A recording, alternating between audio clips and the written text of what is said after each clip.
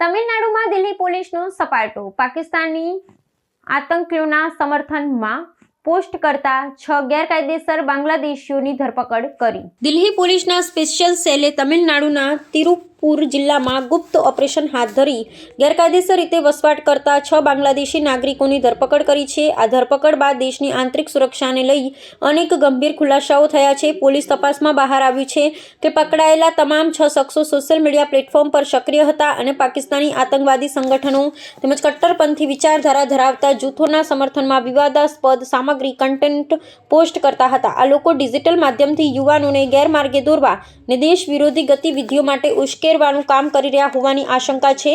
દિલ્હી પોલીસે ટેકનિકલ દેખરેખ અને ગુપ્ત બાતમીના આધારે તેમનું લોકેશન ટ્રેસ કર્યું હતું, જે અંતે તમિલનાડુના કાપડ ઉદ્યોગ માટે જાણીતા તિરુપુર સુધી પહોંચ્યું હતું. ધરપકડ કરાયેલા આરોપીઓ પાસેથી બનાવટી ઓળખપત્રો અને અનેક મોબાઈલ ફોન જપ્ત કરવામાં આવ્યા છે. સુરક્ષા એજન્સીઓ હવે એ દિશામાં તપાસ કરી રહી છે કે શું આ શખ્સો કોઈ આંતરરાષ્ટ્રીય સ્લીપર સેલ કે આતંકવાદી નેટવર્ક સાથે સીધા સંપર્કમાં હતા. પ્રાથમિક પૂછપરછમાં જાણવા મળ્યું છે કે તેઓ બાંગ્લાદેશી ગેરકાયદે સરહદ ઓળંગીને ભારત આવ્યા હતા અને પોતાની અસલ ઓળખ છુપાવી દક્ષિણ ભારતમાં મજૂરી કામ કરતા હતા.